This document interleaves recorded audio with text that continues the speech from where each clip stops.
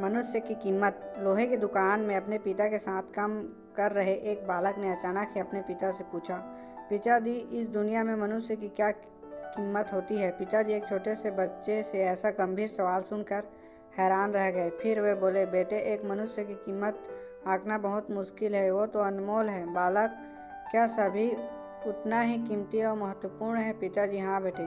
बालक कुछ समझ नहीं आया। उसने फिर सवाल किया, तो इस दुनिया में कोई गरीब कोई अमीर क्यों है? किसी की कम रिस्पेक्ट तो किसी की ज़्यादा रिस्पेक्ट क्यों होती है?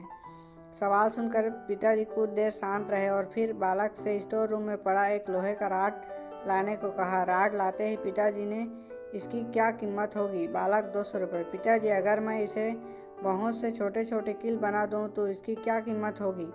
बालक कुछ देर सोचकर बोला, तब तो ये और महंगा बिकने लगेगा, लगभग 1000 रुपये। पिताजी, अगर मैं इस लोहे से घड़े के बहुत सारे स्प्रिंग बना दूं तो?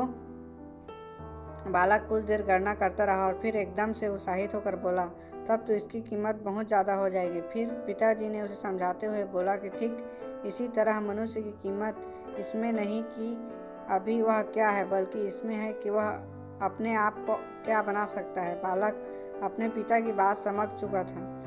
फ्रेंड्स, अक्सर हम अपनी सही कीमत आंकने में गलती कर देते हैं और हम अपनी प्रेजेंट स्टेटस को देखकर अपने आप को वैल्यूलेस समझने लगते हैं, लेकिन हमें हमेशा अथाह शक्ति होती है। हमारा जीवन हमेशा संभावनाओं से भरा होता है। हमारे जीवन में कई बार स्थितियां अच्छी नहीं होती, पर इससे हमारी वैल्यू कम नहीं होती। मनुष्य के रूप में हमारा जन्म इस दुनिया में हुआ है, इसका मतलब हम बहुत स्पेशल है और इम्पोर्टेंट हैं। हमें हमेशा अपने आप को इम्प्रूव करते रहना चाहिए और अपनी सही कीमत प्राप्त करने की दिशा में बढ़ते रहना चाहिए।